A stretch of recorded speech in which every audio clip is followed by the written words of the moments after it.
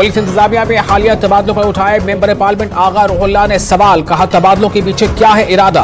Election commission से तमाम सियासी जमातों को बराबर का फील्ड दिए जाने की अपील। पीडीपी से जम्मू कश्मीर मसले के हल का रोड मैप वाज़ेह करने पर जोर। सियासी और माशी हुकूक की बहाली एजेंडे में सरे फहरिस्त। सीपीआईएम के सीनियर लीडर मोहम्मद यूसुफ तारिगामी का बयान, कहा लोगों को दरपेश मसाइल के हल की खातिर तर्जुमानी करना बन गया है जरूरी। जमात इस्लामिया की इलेक्शन में शिरकत जमहूरियत की जीत। पीडीएफ के चेयरमैन हकीम मोहम्मद यासीन का बयान, खान साहब से किया अपना पर्चा नामजदगी दाखिल, हामियों की बड़ी तादाद थी मौजूद। इंतखाबी मुहिम से दूर रहने के गुलाम नबी आजाद के फैसले के बाद डीपीएपी के रहनुमाओं में खासी बेचैनी। 4 उम्मीदवारों ने वापस लिए हैं अपने कागजात नामजदगी। जराये के मुताबिक कांग्रेस से रुजू कर रहे हैं कुछ लीडरान।